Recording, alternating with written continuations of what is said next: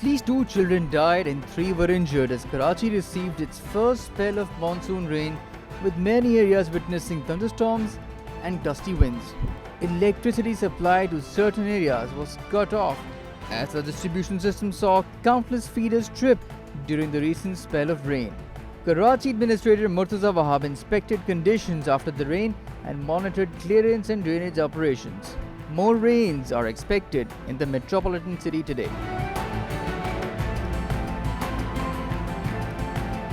An earthquake that jolted the region in the early hours of Wednesday also claimed the life of at least 30 Pakistani tribesmen displaced from North Waziristan during a military operation. The bodies of the 30 tribesmen would be shifted to their native areas after the Pakistani authorities temporarily opened the Pak-Afghan border at Alwar Mandi. Prime Minister Shehbaz Sharif has offered unconditional assistance to its neighbor over the tragedy which has seen over 1,000 people killed in Afghanistan.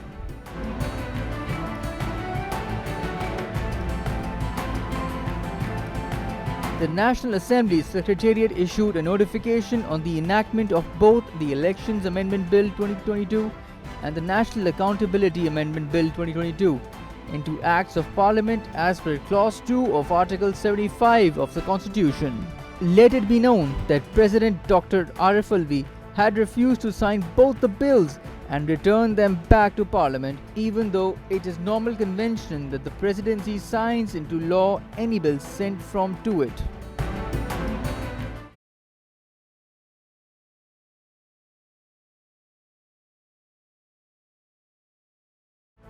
China has signed a $2.3 billion commercial loan deal with Pakistan to boost its sliding foreign exchange reserves as the government waits for the rollover of 3 more maturing loans, while Pakistan's official foreign exchange reserves remain in single digits, standing at $8.9 billion. A boost is expected once Chinese banks transfer the money, easing financial concerns. The State Bank of Pakistan announced a number of measures aimed at conserving energy, asking banks to formulate a work-from-home policy for their staffers and to use air conditioners economically. In its directive, the SBP said that the banking industry should save fuel in view of the growing energy problems and expects it will also play its role for energy and fuel conservation.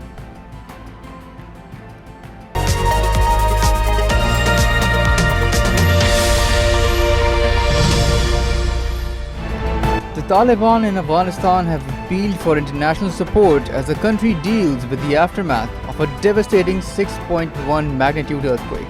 More than 1,000 people have been killed and at least 1,500 injured.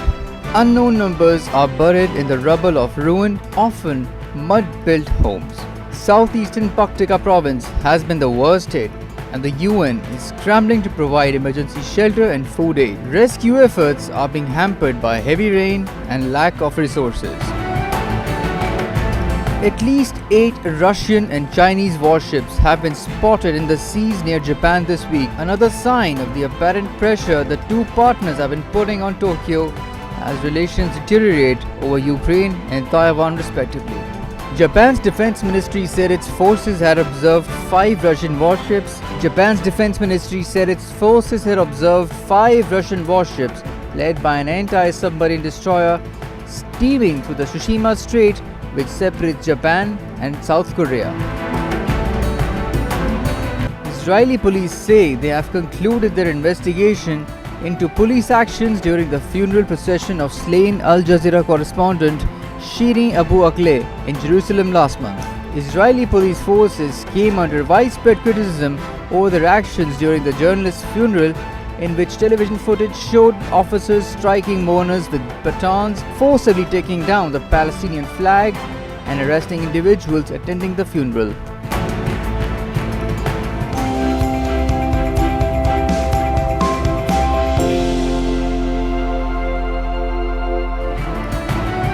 After nearly a 5-month hiatus since the last wave of coronavirus, COVID-19 is rearing its head again in Pakistan. The country's positivity rate stood at 2.14%, according to the latest data released by the National Institute of Health Sciences.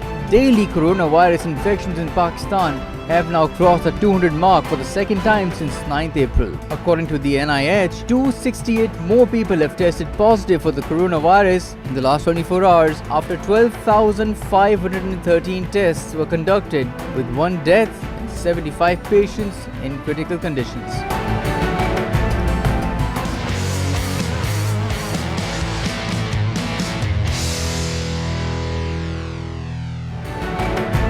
Eight doctors, nurses and a psychologist who cared for football legend Diego Maradona will be tried for homicide. Argentina's 1986 World Cup winning captain and a football icon died in November 2020 at the age of 60.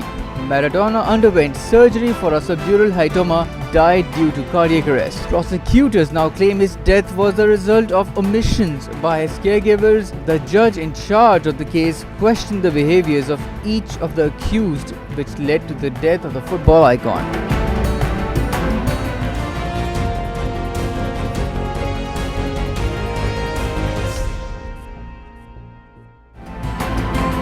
Actor Michael J. Fox will be honored by the Academy of Motion Pictures Arts and Sciences for his contributions to film and his efforts to help cure Parkinson's disease. The actor is set to receive an honorary Oscar at this year's Governors Awards for his tireless advocacy of research on Parkinson's disease, exemplifying the impact of one person in changing the future for millions.